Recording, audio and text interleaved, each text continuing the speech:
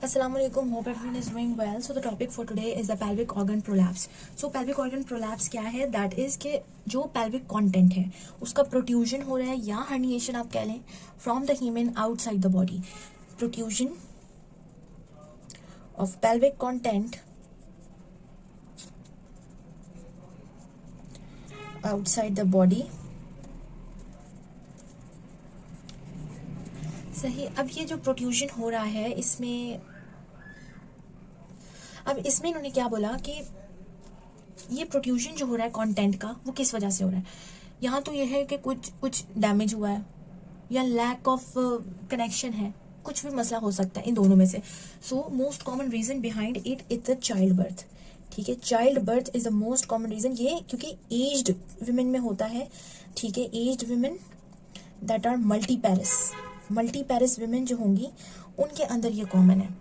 Child birth, क्योंकि child birth से traumatic damage होता है. अब एक उसमें लाइक पुडेंडल नर्व आप याद कर लें कि ये पुडेंडल नर्व है, इसका डैमेज हुआ चाइल्ड बर्थ में, तो ये लेट बार डैमेज हुआ. तो उसकी वजह से क्या हुआ कि इसका कंडक्शन टाइम जो है वो बढ़ गया. उसकी वजह से जो है जो उसके फ्लोर, जो पेल्विक फ्लोर था वो उसकी कॉम्पैटिबिलिटी इतनी नहीं रही, वो वीक हो गया. सही. अब हमारे पास इससे रिलेटेड एक एनाटॉमी का छोटा सा पार्ट है that you have to learn. इसमें एनाटॉमी में क्या है कि you have a pelvic floor ना. पेल्विक फ्लोर के अंदर हमारे पास मसल कौन सा होता है? Levator ani muscle. कौन सा हमारे पास मसल है? लीवेटर एनाई मसल, जिसमें हमारे पास 3 मसल्स हैं: प्यूबोरेक्टालिस, प्यूबोकॉक्सीजियस एंड इलियोकॉक्सीजियस. सो ये 3 मसल्स हैं जो कि आपके पेल्विक फ्लोर को सप्लाई कर रहे हैं. बाकी उसके अलावा जो नीचे हमारे पास विजाइना और फिर उसके बाद जो विजाइना पास हो रहा है तो उसको सपोर्ट करने के लिए अलग स्ट्रक्चर्स हैं.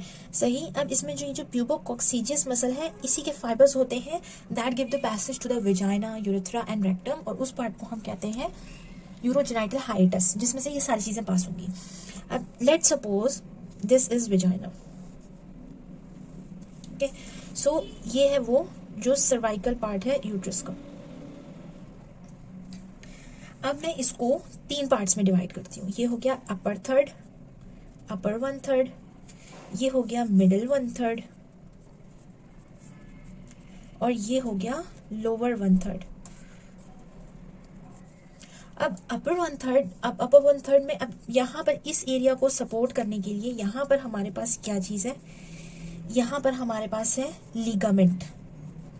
सही. यहाँ पर हमारे पास फिर इस चीज को सपोर्ट करने के लिए यहाँ पर हमारे पास क्या है? फेशिया. और यानी कि इस सब चीजों को सपोर्ट करने के लिए ये हमारे पास सारा क्या हो गया? फेशिया. और फिर यहाँ पर जो है पोस्टीरियर वाला जो फेशिया है वो नीचे तक एक्सटेंड करता है, और यहाँ पर होती है पेरिनियल बॉडी. ठीक है, लोअर लेवल पे आप याद रख लें पेरिनियल बॉडी. सो अब हमने क्या किया कि इन तीनों को हमने लेवल्स के हिसाब से डिवाइड कर लिया. ये हो गया लेवल 1, ये हो गया लेवल 2, और ये हो गया लेवल 3. अब लेवल 1 पर हमारे पास क्या है? मैंने बोला यहाँ पे लिगामेंट है, तो इस लिगामेंट को हम कहते हैं यूट्रोसैक्रल लिगामेंट. सैक्रल लिगामेंट जो कि क्या करता है, जो कि सर्विक्स, ये जो ये अपर वाला पार्ट होता है ना विजाइना का, इसको सर्विक्स वाले पार्ट से इसको सैक्रम तक कनेक्ट करके इंटैक्ट रखता है, ताकि ये एपिक्स जो है वो हिले ना, वो मेंटेन रहे. ठीक. अब उसके बाद फेशिया वाले लेवल पे अगर हम देखें तो इसमें हमारे पास देखो कोई भी चीज होती है वो एंटीरियर भी होती है और पोस्टीरियर भी होती है. सही. अब इसकी एंटीरियर क्या है? आगे is a bladder, anteriorly is a bladder and the urethra, and posteriorly pouch of Douglas होता है आपका, और उसके नीचे जो होती है रेक्टम होती है. ये आप याद रख लें. तो जो चीज इसको विजाइना को इससे ब्लैडर से कनेक्ट करेगी तो उस फेशिया को हम क्या कहेंगे? उसको हम कहेंगे प्यूबो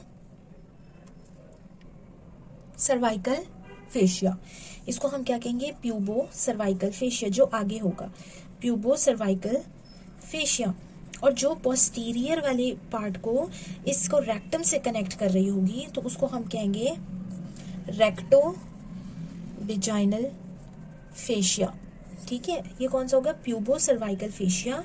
ये होगा रेक्टो विजाइनल फेशिया. अब ये जो रेक्टो विजाइनल फेशिया, ये नीचे आकर जो होता है पेरिनियल बॉडी के साथ अटैच हो जाता है. सही. अब मैंने क्या बोला कि ये इस चीज को, ऊपर वाली चीज को, सर्विक्स को इसके साथ इंटैक्ट रखता है.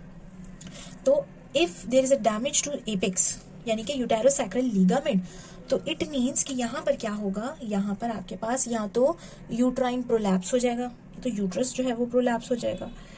और इफ यहाँ पर अगर हिस्टेरेक्टमी हुई हुई किसी पेशेंट की, तो ये जो प्रोलैप्स इसका हुआ था वो ये पेल्विक इसका विजाइनल वॉल्ट का जो होगा वो प्रोलैप्स हो जाएगा। प्रोलैप्स का मतलब ये अंदर मूव कर जाएगा, ठीक। If there is a damage, अब इसके लिए आपने एंटीरियर और पोस्टीरियर किया ना, तो if there is a damage to the pubocervical fascia, अब मैंने बोला कि ये इसके साथ कनेक्टेड है, अगर मैं इसको काट दूं यहाँ से या इसको डैमेज कर दूं, तो ये इसके साथ जो खड़ा हुआ था ये बिल्कुल डाउन हो जाएगा, तो ये डाउनवर्ड चला जाएगा। और अगर मैं नीचे वाले पार्ट के उसको हटाऊं तो ये जो यूरिथ्रा था ये भी डाउन चला जाएगा। सो अगर फेशिया ऊपर वाले डैमेज हो रहा है, एंटीरियर फेशिया में अगर अपर पार्ट डैमेज हो रहा है, तो that will lead to cystocele. Cystocele, cele is a cavity, ठीक है, empty cavity, and cysto means bladder. So bladder filled cavity की प्रोड्यूशन होगी। और अगर लोअर पार्ट का मैं ये वाला पार्ट डैमेज करूं, तो यूरिथ्रा था ना, तो इट विल बी यूरिथ्रोसील, यूरिथ्रोसील, ठीक। अब इसी तरह मैं पोस्टीरियर में देखती हूँ। पोस्टीरियर पार्ट को अगर मैंने ऊपर की तरफ से डैमेज किया, तो ऊपर थी स्मॉल इंटेस्टाइन ना, वो अंदर को नीचे गिर जाएगी। पाउच ऑफ डॉगलेस डैमेज होगा तो अंदर को वो आ जाएगी। तो अपर पार्ट में क्या होगा, पोस्टीरियर के केस में अपर पार्ट में इट इज इंटेरोसील, सही। और अगर लोअर पार्ट होगा तो वो रेक्टोसील, क्योंकि रेक्टम नीचे आ जाएगा,